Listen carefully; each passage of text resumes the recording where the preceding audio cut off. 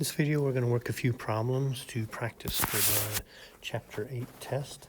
So first here, we see that we're going to write the first 5 terms of that sequence. So a sub 1, we're going to get 1 plus negative 1 to the first is negative 1 over 1. So that's 1 plus negative 1, which is 0. A sub 2 is going to be 1 plus negative 1 squared is 1 over 2. So that's going to be 3 halves. A sub 3 is going to be 1 plus negative 1 to the third is negative 1 over 3. So that'll be 2/3. A sub 4 will be 1 plus negative 1 to the fourth is 1 over 4 is 5/4. And a sub 5 is going to be 1 plus negative 1 to the fifth is negative 1 over 5. So that's going to be 4/5. So if we want to write them all together, which we don't really have to, but we can, it's going to go 0, 3 halves, 2/3, 5/4, and 4/5. So if we want to, in part B, sketch a graph, then I think what we'll see is if this is 1 and that's 2, then I guess I need to put my tick marks here. So we're going to go 1, 2, 3, 4, 5. We're just going to get points here. So these are going to be discrete, not continuous. So a sub 1 is 0. So that means we're going to be at 0. A sub 2 is going to be 3 halves. So, oops, I put that in the wrong place. Because we're not going to be at the origin because we're at a sub 1. So a sub 1 is going to be 0. That's going to be right here. A sub 2 is going to be 3 halves, so that's going to be up here. A sub 3 is 2/3, so that's going to be maybe right about there. A sub 4 is going to be 5/4, so that's going to be about there. And then we're at 4/5, which is in there. You can kind of see visually that these are getting closer and closer to this line y equals 1. So is it going to converge or diverge? It's going to converge to, because you can see if we take the limit as n goes to infinity of 1 plus negative 1 to the n over n, this is going to go to 0. So it's going to approach 1. So these are getting closer and closer to the single number 1. Okay, let's see if we can find some of these. Now, as x goes to infinity, we're getting something that looks like 1 to the infinity. That's indeterminate, and it's not an indeterminate form that we can use L'Hopital's rule for.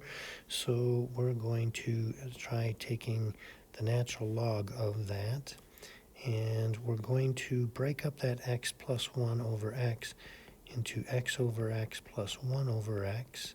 So this is going to become, we'll bring the exponent out in front, and then this is going to be 1 plus 1 over x inside of our logarithm. Now, as x goes to infinity, we're going to get infinity, and then this would go to 0, and the natural log of 1 is 0, so infinity times 0 is still indeterminate. So we will try to maneuver this further.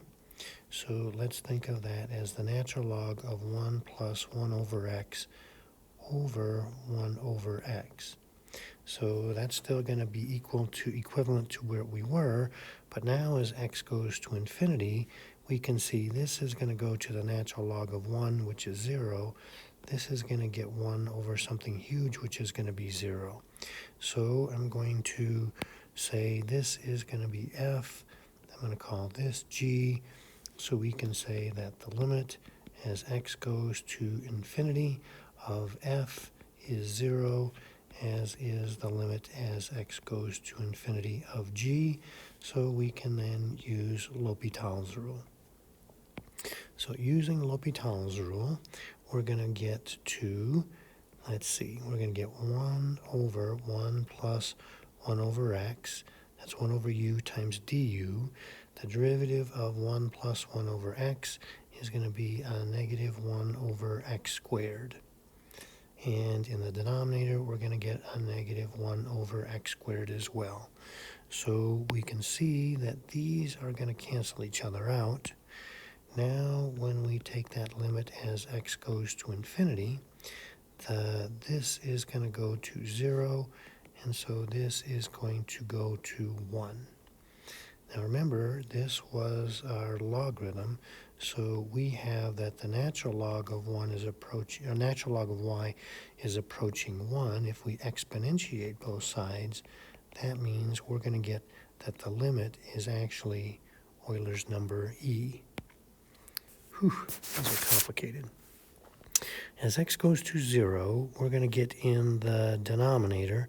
That's going to be 1 divided by something very, very small is going to be infinity, or to the 0. That is indeterminate, but again, not in a form that we can use L'Hopital. So we're going to imagine we're going to call that y, and then we are going to take the natural log of both sides. So that's going to become x times the natural log of 1 over x.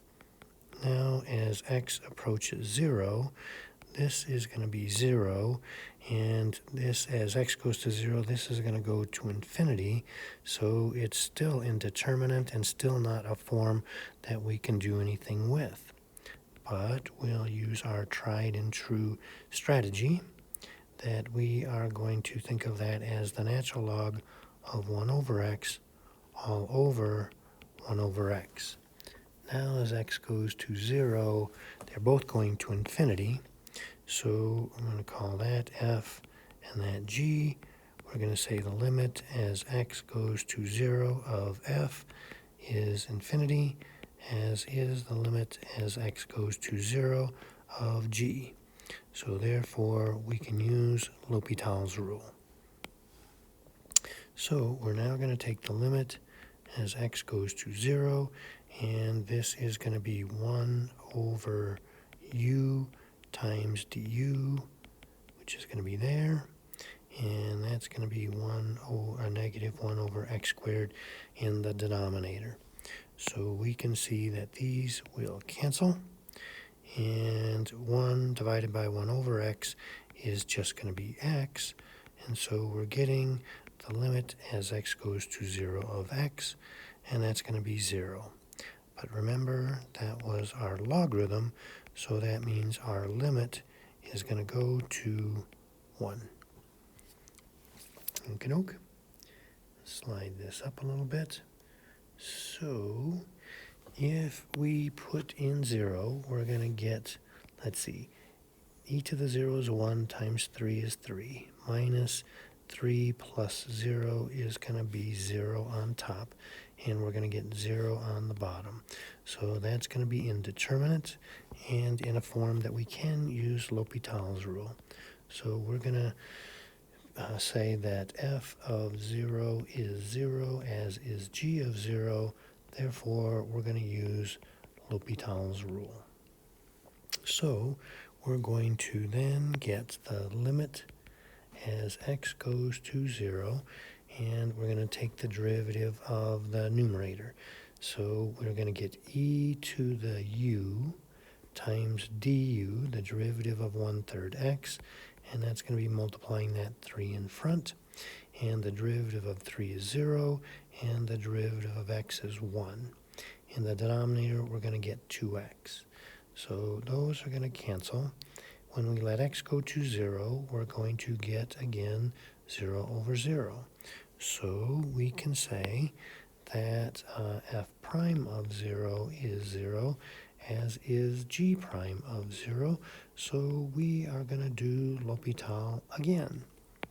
So we're going to get the limit as x approaches 0. Now the derivative of e to the u is e to the u du, and the derivative of 1 is 0, and the derivative of 2x is 2. At long last, we are safe to plug in 0. E to the 0 is 1 times 1/3 is 1/3, divided by 2 is going to be times 1/2. So after all that, we find the limit is actually 1/6. Okay? Well, let's try the next one. If we plug in 0, we can see we're going to get e to the 0, which is 1 minus 1, 0 on the bottom, and that's indeterminate. So I'm going to say this, I'm going to call f, this I'm going to call g. We have f of 0 is 0, so is g of 0. Therefore, we're going to invoke L'Hopital's rule. So we're going to get the limit as x goes to 0. The derivative of e to the u is e to the u du, and the derivative of 1 is 0, and our denominator is going to be 4x. When we let x go to 0, we're again getting 0 over 0, still indeterminate, so we'll say f prime of 0 is 0, and so is g prime of 0, so we are going to use L'Hopital a second time. So we're going to get the limit as x goes to 0. Let's see, now we got a product rule, yuck. So we have first 2x times the derivative of the second, which is going to be e to the x squared times another 2x, plus the second 2x, no, I did that already, plus we did the first times the derivative of the second, yeah, plus the second times the derivative of the first, all over, and then we're going to get just the 4 there. Now, when we plug in 0, that's going to go to 0. This numerator is going to be e to the 0, which is 1 times 2, and so at the end of the day, we're getting 1/2. But remember, we didn't ever take a logarithm on that one, so that is, in fact, our limit. Okay? Whoops. So now we're going to either evaluate this integral and find it, or state that it diverges. So, and I didn't put the limits on there, so let me put them on there now. I want to go from, what did I want to do? I think 1 to infinity. So this is an improper integral because of the upper limit. And so what we want to do to evaluate this integral is we're going to have to do some partial fractions. So this will factor into x plus 2, x plus 1. So we're going to call that a over x plus 2 plus b over x plus 1. We'll multiply through by that common denominator in our attempt to solve for a and b. So we're going to get 1 is equal to a times x plus 1 plus b times x plus 2. So we'll let x equal -1 at first. That's going to give us 1 is equal to b. So we know what b is. Then we're going to let x be -2. So we'll get 1 is equal to, and that's going to be a times -1. And the b is going to drop out. So we have a is -1. So our integral is going to be the limit as b goes to infinity of the integral from 1 to b of a, which we said was -1 over x plus 2, plus b, which we said was 1 over x plus 1 dx. So how much room did I leave myself? So that's going to become the negative natural log of the absolute value of x plus 2 plus the natural log of the absolute value of x plus 1, going from 1 to b, and we're going to take that limit as b goes to infinity. So that's going to be a negative natural log of b plus 2 plus the natural log of b plus 1 minus the negative natural log of, if I plug in 1, that's going to be 3, and then plus the natural log of 2. Okay, now this part right here, the trick is these are both going to go to infinity as b goes to infinity, but infinity minus infinity is indeterminate, but our trick is to use our properties of logarithms and write that as the log of b plus 1 over b plus 2, and then here we can go ahead and distribute those if we want. So that's going to become plus natural log of 3 minus natural log of 2.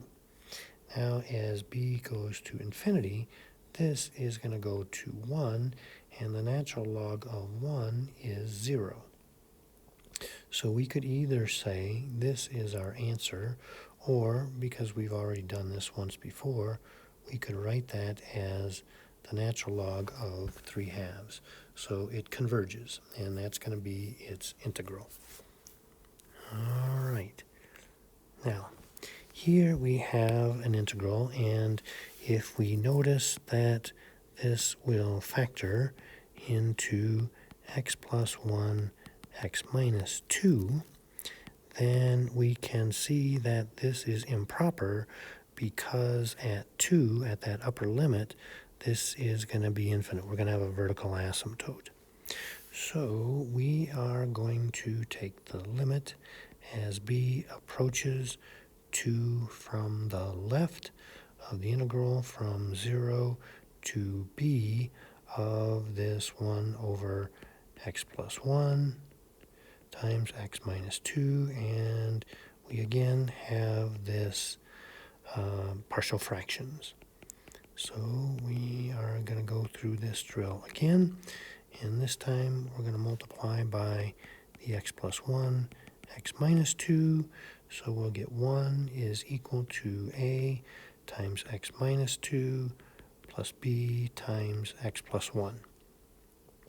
We can let x be 2, and that means that we'll get 3b is equal to 1, so b is going to be 1/3. We can let x be negative 1, and we're going to get 1 is equal to negative 3a, so a is a negative 1/3. Okay, so our integral is going to become the integral from 0 to b, limit as b approaches 2 from the left, of a, which is a negative 1/3, I didn't plan that very well, x plus 1, plus the positive 1/3 over x minus 2, and we've got our dx in there. So let's call that, I'm going to come down here, the limit as b goes to 2 from the left, and we're going to get negative 1/3 natural log of the absolute value of x plus 1 plus 1/3 times the natural log of the absolute value of x minus 2. And we're going to go from 0 to b. So that's going to be, I'm going to go with, let me write the positive one first. So we're going to get 1/3 natural log of b minus 2 minus 1/3 natural log of b plus 1. And then I'm going to slide this over a little bit because I can. So I'm going to go minus, and then we're going to get, let's see, the 1/3 natural log of the absolute value of 0 minus 2. So I guess that's just going to be natural log of 2. And minus the natural log of 0 plus 1, which is 1. That'll be easy to evaluate. But the interesting part is coming from right here.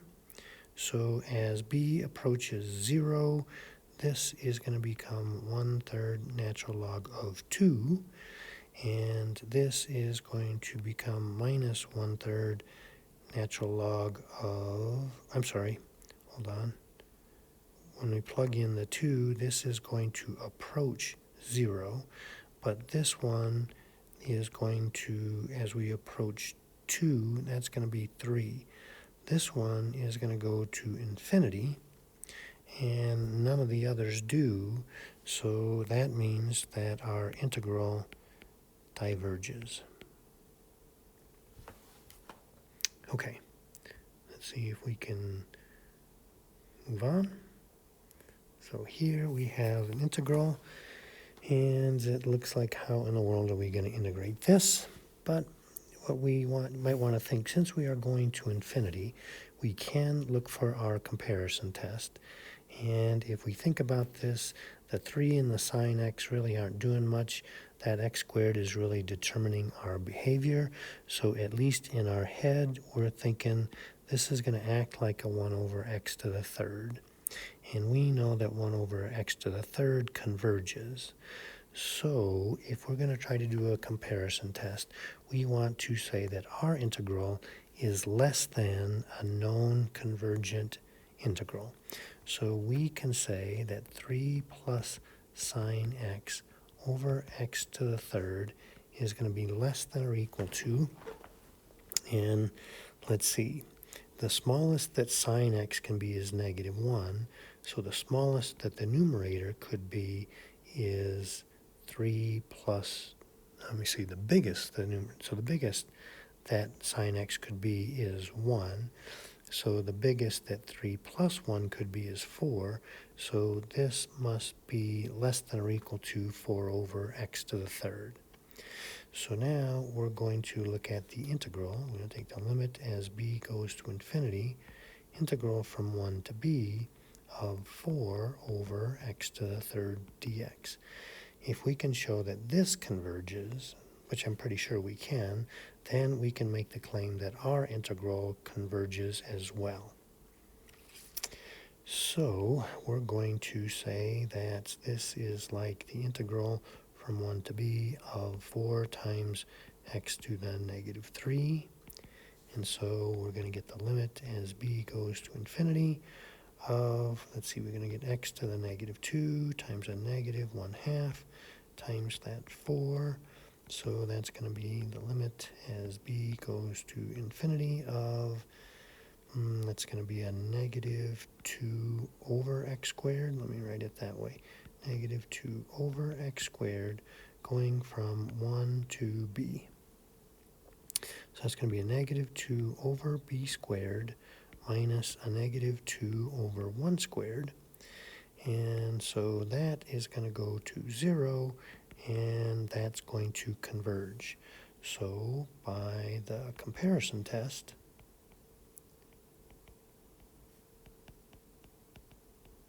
our integral, that integral from 1 to infinity of 3 plus sine x all over x cubed, converges as well, because it's less than a known convergent integral.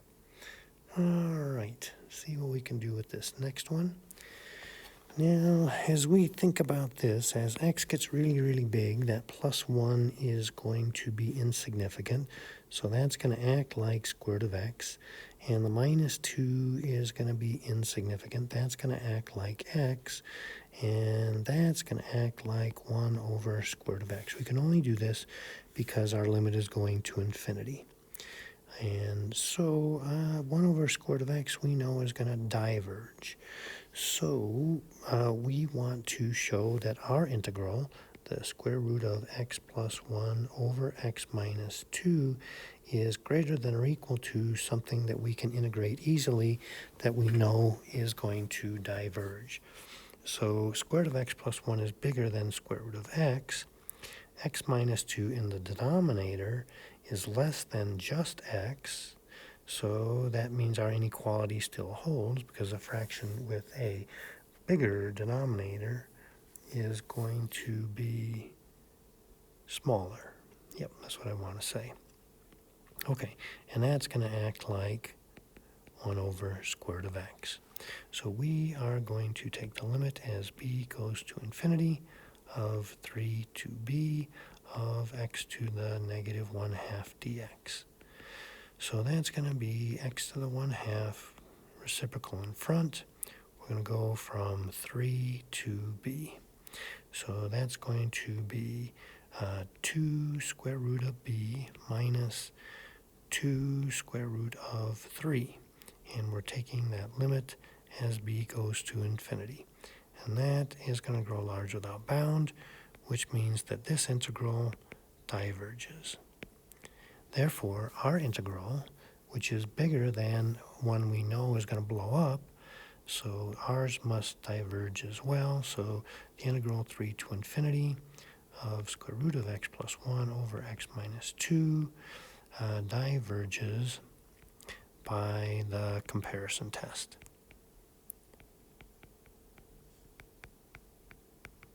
Okay. All right. What else do we have? Anything? Nope, I think that's all. Very good.